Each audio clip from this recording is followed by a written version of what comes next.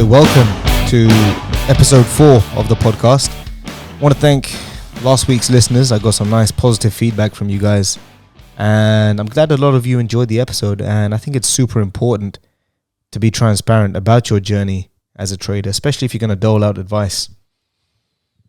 You know, there's a few things that I left out listening back to it, so I'm probably going to touch back on a few things which are important that happened on my journey. So I'll probably speak about that in the next episode or the episode after. But, you know, being transparent, that's always been my aim on Twitter. And while Twitter has its place, it's not always the most appropriate platform for sharing your thoughts clearly, since you're only confined to 100 characters. And the amount of time I've had people jump down my throat because they've either misread or misconstrued my tweet, I've lost count.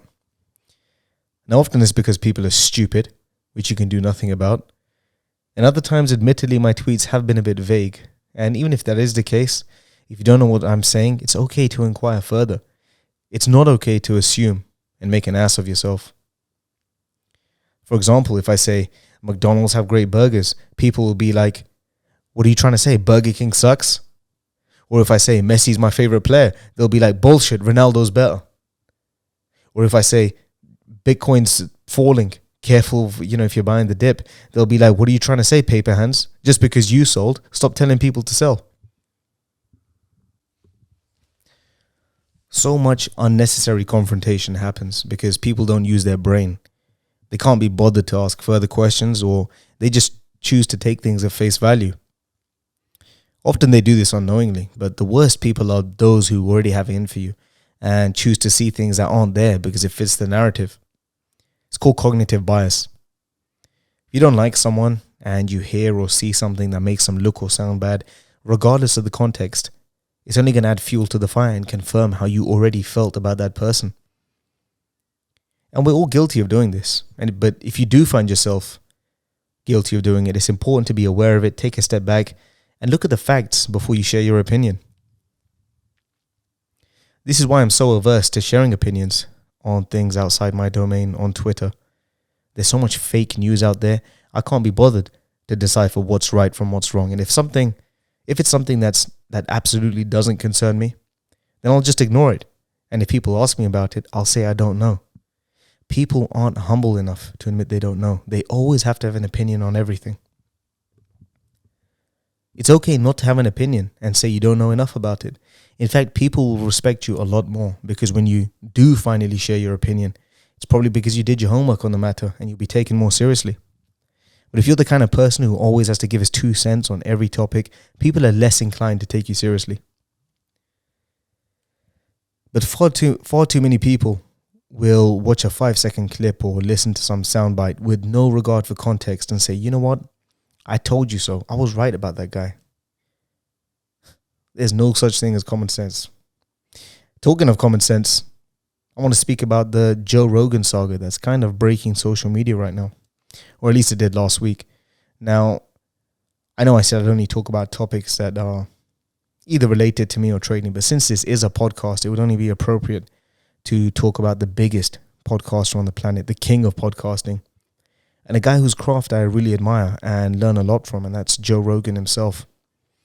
Now, Joe, I think, started out as a comedian and moved into mixed martial arts. He's still the main interviewer and ringside analyst for the UFC, but he also has the biggest podcast show in the world. I think he has roughly 11 million listeners a month on average, and Spotify now exclusively have rights to his podcast in a deal worth north of $100 million.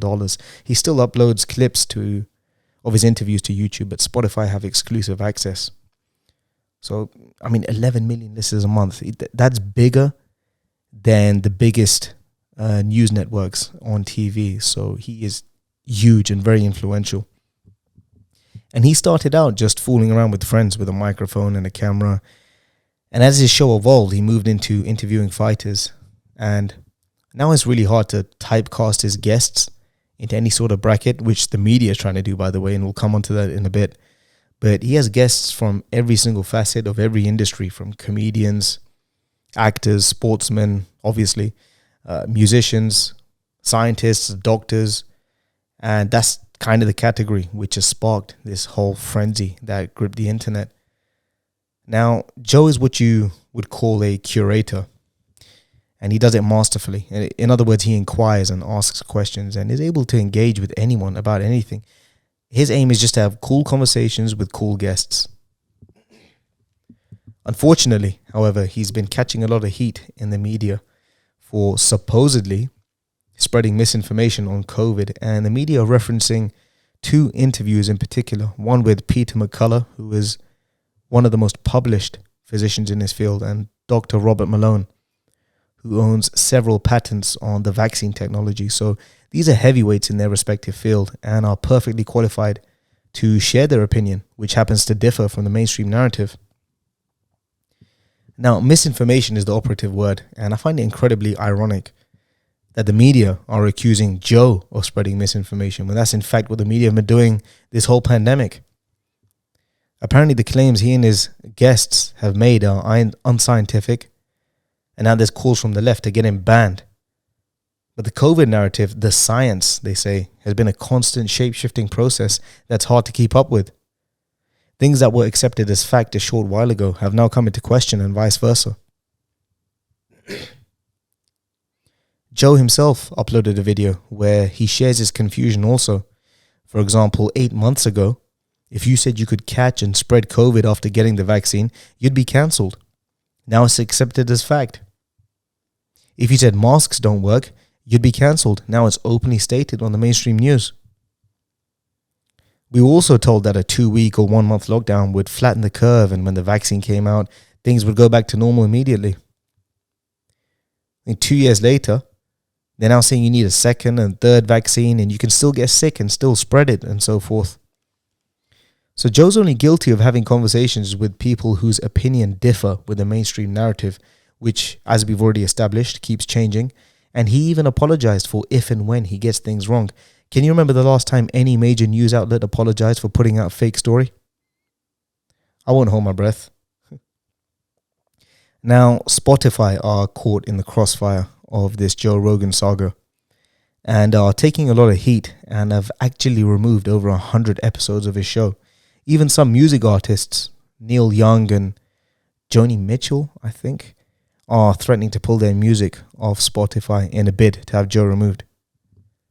It's madness. People are now turning on each other just for difference of opinion in order to get others cancelled. People are basically encouraging tyranny. Do you have any idea how dangerous this is? People are quite literally, voluntarily, handing over power to big tech giants by asking them to shut down people who they don't agree with. And it's usually liberals that call for people to get cancelled. Isn't the whole point of being liberal and believing in freedom is that you don't want government being involved in what people have to say? Yet they're the ones that want to take it away.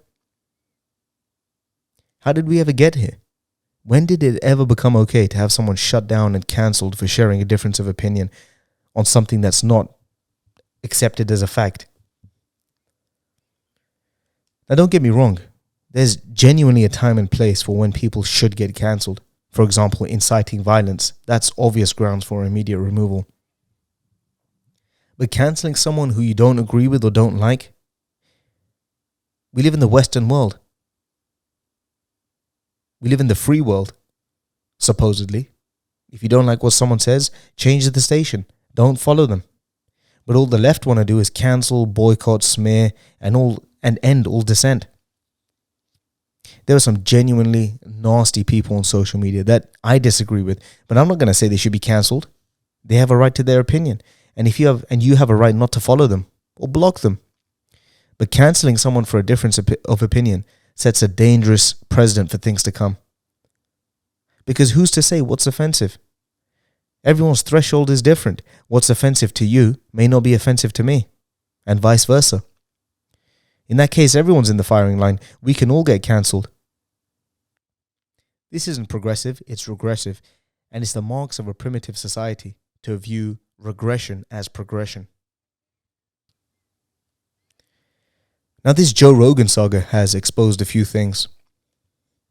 Firstly, is the amount of people who are willing to hand over their rights to big tech and grant them the power to remove people they don't agree with. The second thing is that most people feign outrage when they're not actually offended.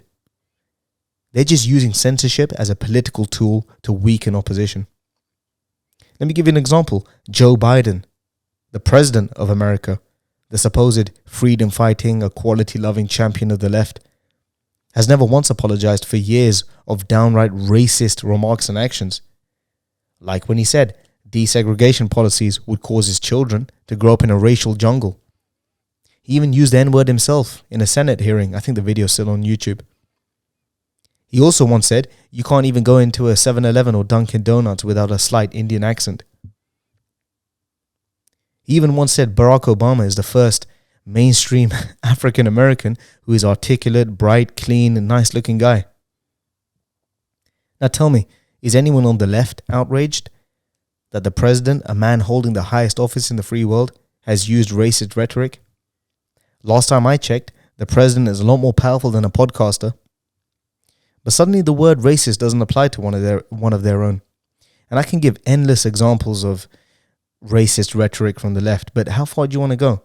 Do we have to go through the archives of every single person to check every single thing they've said to make sure it's not offensive today? There's a lot of things people did in the past that are not acceptable today.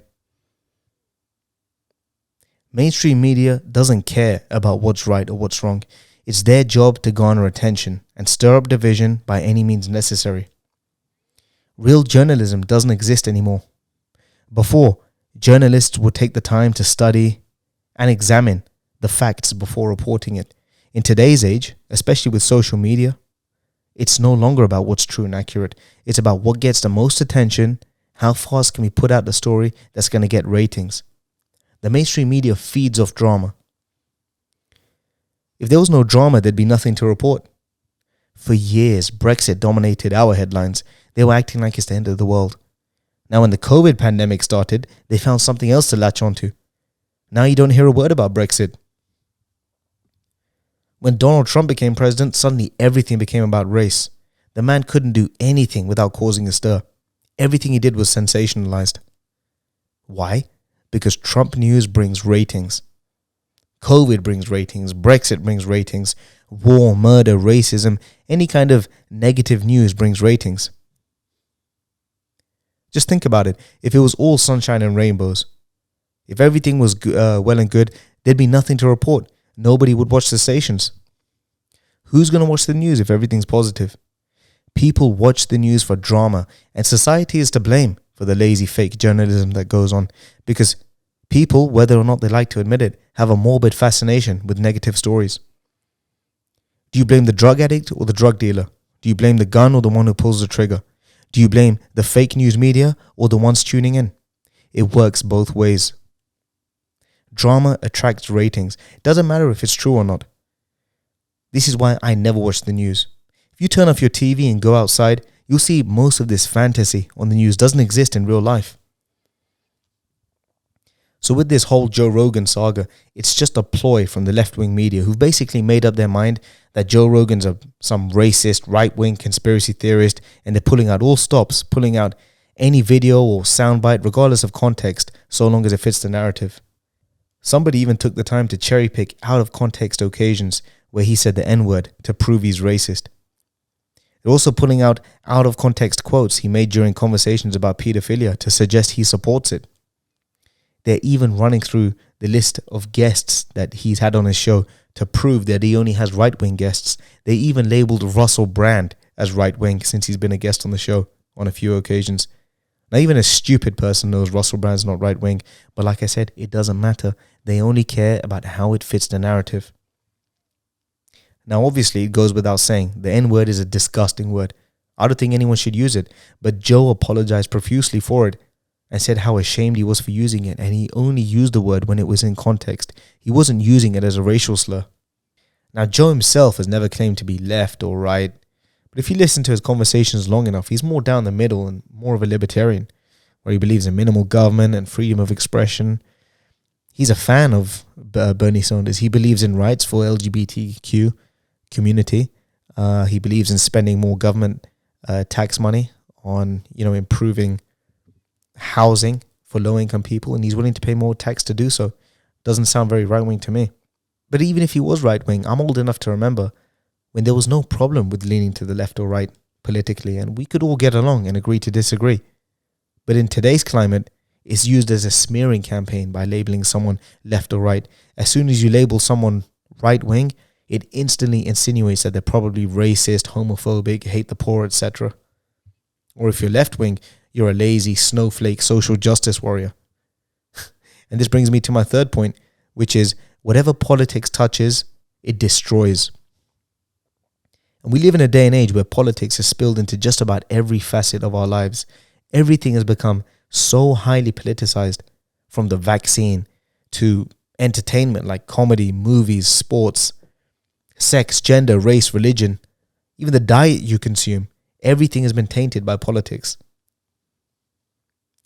This is what the political and media machine, which are closely intertwined, by the way, have done to people. And make no mistake, this isn't by accident. There's been a deliberate attempt to force narratives down people's throats in order to get them to comply. The reason why they politicize everything is so that they can instantly control how you think without you using your intellect. Your intellect is like any muscle in your body. The less you use it, the weaker and flabbier it gets.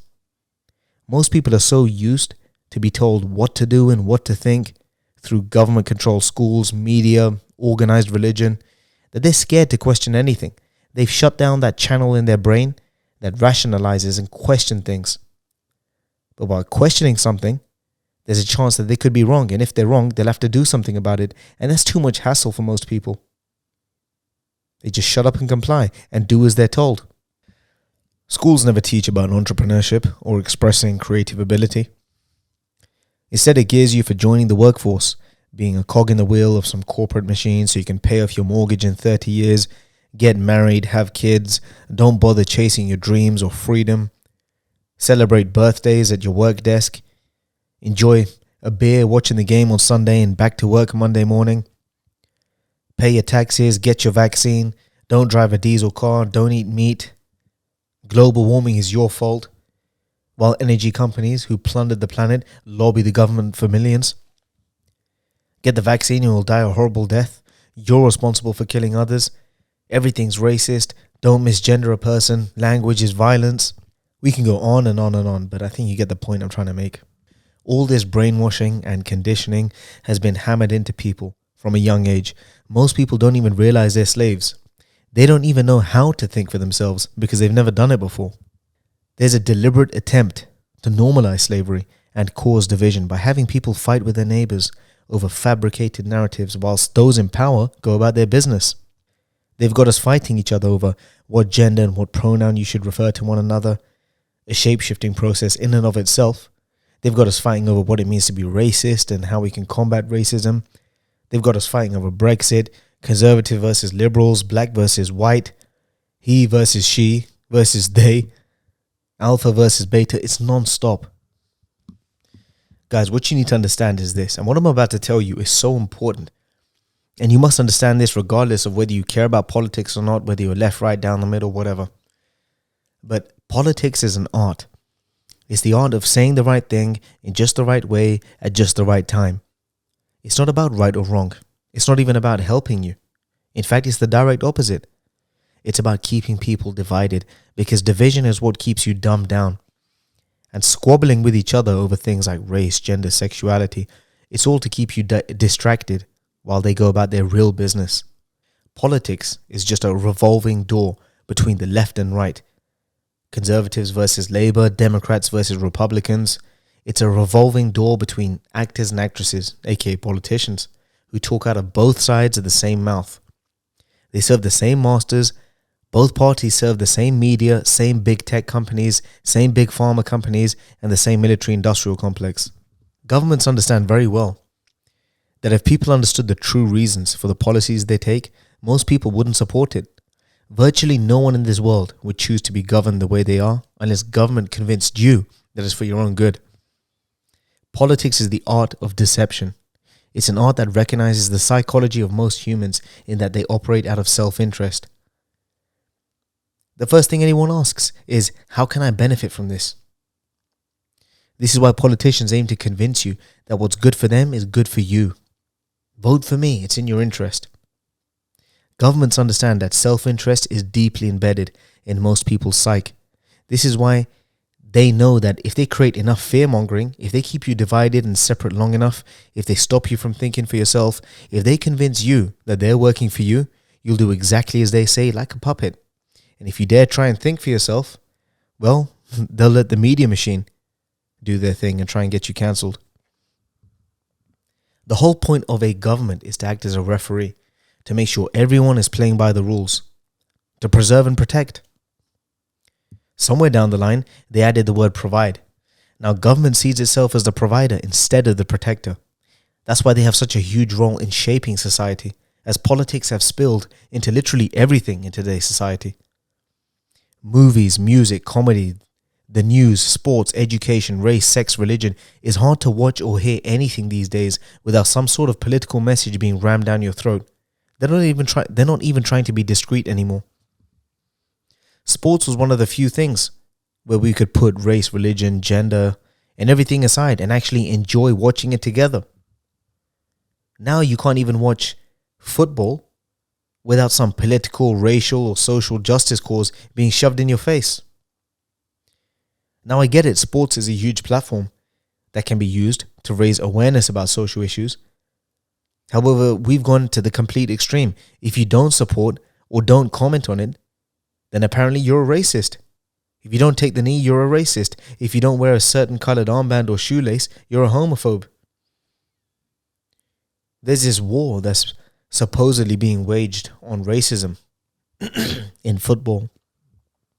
And there's been calls to have players walk off the pitch if they're subject to racist abuse. So in other words, if a team is losing, in theory, it just takes one idiot in the crowd to make a racist remark and the game is off. That's not getting rid of racism. That's empowering it. You've just given them more power. And I know this started out as a noble attempt to stamp out racism, but there's always going to be bad individuals. Trying to micromanage how everyone behaves will never work. When a streaker runs on the pitch, how do the media respond? They don't air it. They don't show it because doing so is going to encourage it. These people want attention, and by taking it away puts their efforts to waste. They didn't get the clout they were so desperately chasing. And in my opinion, that's the best way to tackle racism. If there's an idiot in the crowd, instead of encouraging an emotional response, have them silently ejected and ban them for life. But back to politics, every Hollywood movie these days now has some kind of woke political agenda. Seems like every movie, every film is being remade with minorities or people of different sexual orientation in order to be more inclusive and representative. I mean, who cares about being represented? How is that a victory? It's a movie. The truth is, people's standards are so low these days. If they get to watch a movie with a cast that includes minorities or represents someone of similar sexual orientation, they feel satisfied as if it's some sort of progressive victory. This is a joke.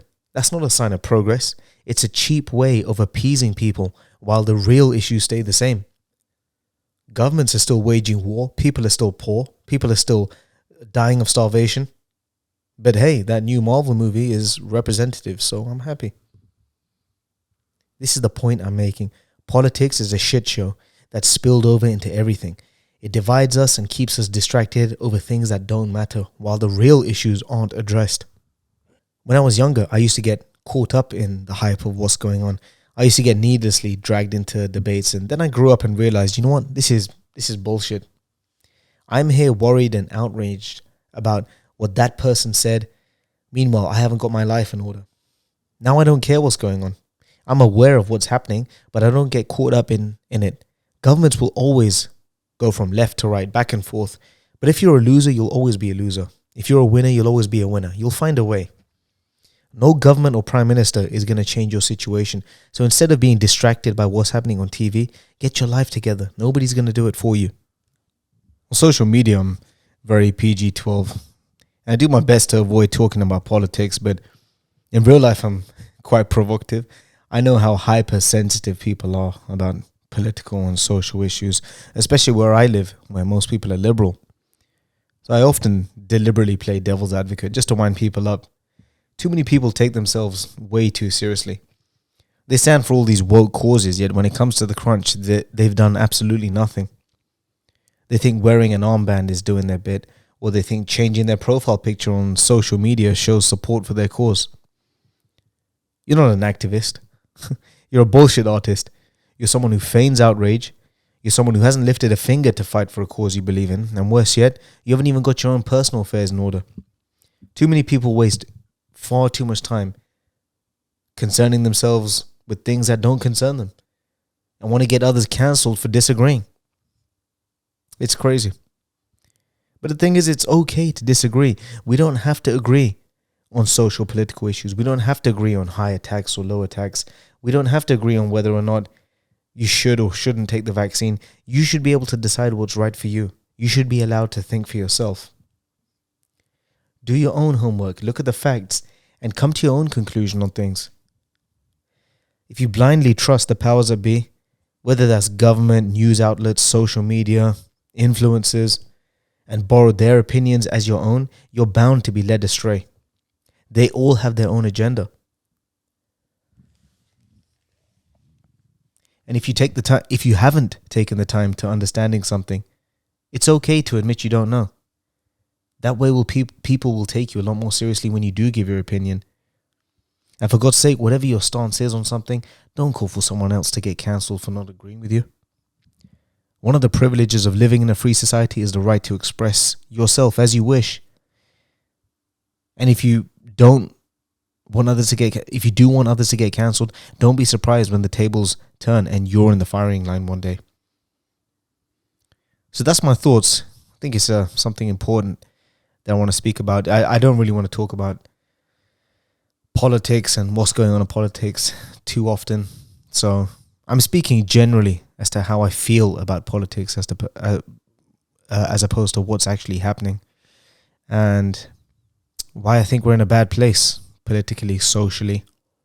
And this Joe Rogan saga has just exposed so many, terrible things about, people's herd instinct and, how we're heading in the wrong direction with regards to freedom of speech. And it just so happens to coincide with the Web 3.0, where people are going to have a lot more control over their own infrastructure. That way, people can't get cancelled and people can say what they want. So it's great timing, and I am hopeful as to what the future holds. But we are in a dark place, a really strange place now, where things don't make a lot of sense.